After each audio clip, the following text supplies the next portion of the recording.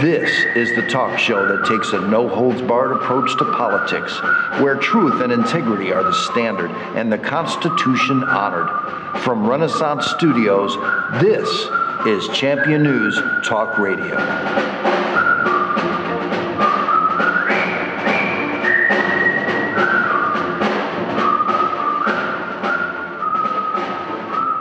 Good morning and welcome to another great edition of Champion News Talk Radio, brought to you by championnews.net. We're your choice for the conservative voice, and it's morning again in America, kind of like 2008. What the heck just happened, gentlemen? Good morning, Jack. How are you? Terrible. Terrible. Yes. Well, our special guest today is Mr. Edwards from the Republican Renaissance PAC, and are you both stunned as I am as to the results of this past Tuesday? Jim Edwards here has been working more in the background than in the foreground, but he's done the heavy work of vetting, examining all of the literally hundreds of people that were running primarily for the state of Illinois and as reps and senators. And he vetted them. He examined them. He got answers from all of those people that we intended to support, or hoped to find those in there that we could support. And he questioned what their stands were on all the issues. So unlike some of the people that are involved in politics where they don't have a PAC, we have the Renaissance PAC, which is a state PAC, and Jim runs that. And as such, they're wrestling in the mud with the pigs. And in a way that people think politics is down and dirty. Well, it's personal. And you can't get personal on some of these distant PACs. But what he's been doing with our Republican Renaissance PAC is supplanting the departed Republican Party from Illinois. It kind of struck out in the last election. And what we've been doing is trying to get a whole bunch of people elected. And Jim has made sure that we dealt with people that represented the principles of the Republican Party, which are good. We had some great people running, and we need to keep them engaged. It's kind of ironic, isn't it, that we've talked about, Jack, you've talked about for months and months, Illinois' most broke and most corrupt state. And the people of Illinois just rewarded... Usually holding up two fingers. There's something awfully wrong here. Well, and we just rewarded the Senate President and the Speaker of the House, Democrats, with super majorities in the most broken, most corrupt state. There is a big problem, and we're going to talk about some of the things that one of the top leaders nationwide for the Democrats had to say about their own people. But what it did is we put in power, in complete power, Madigan, who really wears the collar for making this the most crooked and the most broke state. This guy's been the big honcho for a long, long time, and he runs it with an iron hand, and with all of the money in his fist that he gets largely from the crummy, corrupt teacher union, mostly the IEA, a subsidiary of the National Extortion Association, as it was called by Forbes magazine way back in 1993. The National Extortion Association. Folks, the core of the rot has come right out of the education unions here in Illinois that have provided the immense amount of money that Madigan has turned into political power. But you know what? We just had an election. And obviously, the voting public of Illinois chose the Democrats. Even though they raised in the middle of the night, in the lame duck session, they raised 2/3 after the taxes. They raised taxes by 2/3, 67% tax increase. Business taxes were raised another 43%. State's bankrupt. So why do you think the good people of We Illinois... went into this election with that kind of crap being executed by the Democrats. But the people voted more for the same. I mean, that's totally the definition of insanity, is doing the same thing over and over again and expecting a different result. Maybe the people of Illinois like this. In this election, the Democrat herd of non-entities in this state voted for the high taxes and all of the regulation, the crummy education, and the arrogant politicians. They voted for it again. Yeah, but you know what? Clearly, we've become a very divided country, a divided state. There's the makers and the takers.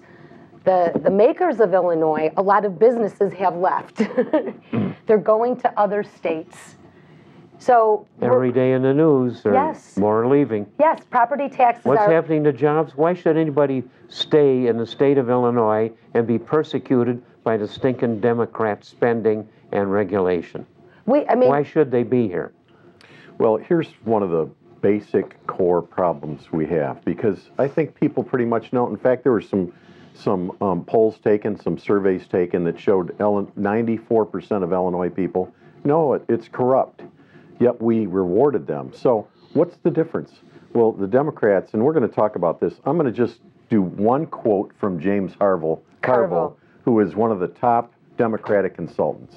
It's the economy, stupid, well, is what he said to Clinton. He says but this is more... No, I know. This is what he internally thinks of what the Democrats are. This guy is nationally known as a big advocate of electing Democrats. Yeah, he looks like the crypt keeper. How cynical his statement is.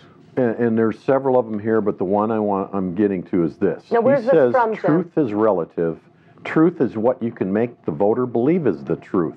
Now, if we talk about... This is Carville himself speaking. That's right. From his book. From his book. So this is actually in print. This is from one of his books. Yeah. This is a quote from one of his books. You're not just Here's his own anything. damning appraisal of what he thinks the Democrat Party is. Go on. So what did they get the voters to think so that they rewarded these guys for the corruption and how broke we are?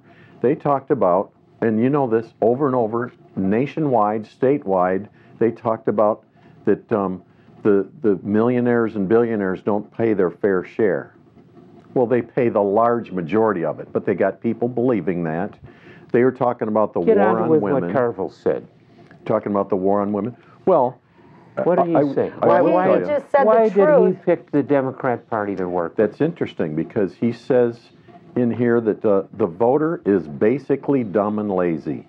The reason I became a Democrat operative instead of a Republican was because there were more Democrats that didn't have a clue than there were Republicans.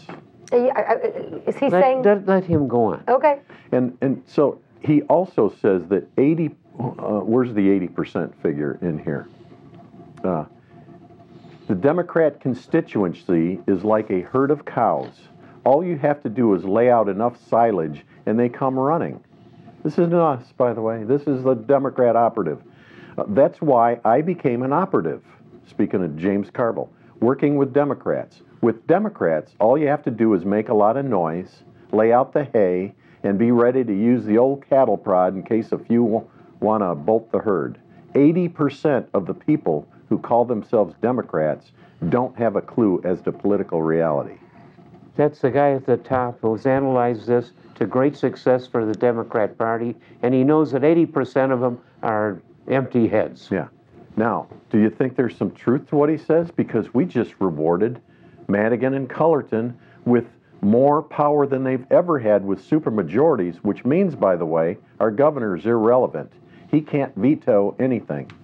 And so Madigan and Cullerton are going to pass more taxes. They're going to pass more fees and regulations because that's what they do. And they have fooled the people because 80% of them, according to Carville, believe these guys when it's the party of fraud and corruption, Jack. That's what we've got to let people know. It's the party of fraud and corruption. I talked to a man at work today. We had an award ceremony for a 15-year employee.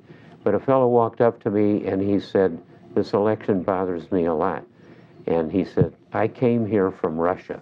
Oh. He said, "I came here to get away from what I'm afraid America is becoming." Well, He's experienced it on both That's ends. scary, yeah. He's not kidding. Michael, I see your hand in the air. Yeah, I just, the problem is ignorance is the politician's greatest ally, and that works on both sides of the aisle. The Democrats have gotten much better at messaging, at doing this. A good example is the Sandy Cole Yingling. I brought in this mailer that they sent making Yingling look like a Republican. He wasn't. He's a Democrat. But the thing said Republicans for Yingling. He ended up unseating incumbent Sandy Cole. So Well, it's working. You know what? I find this to be very profound.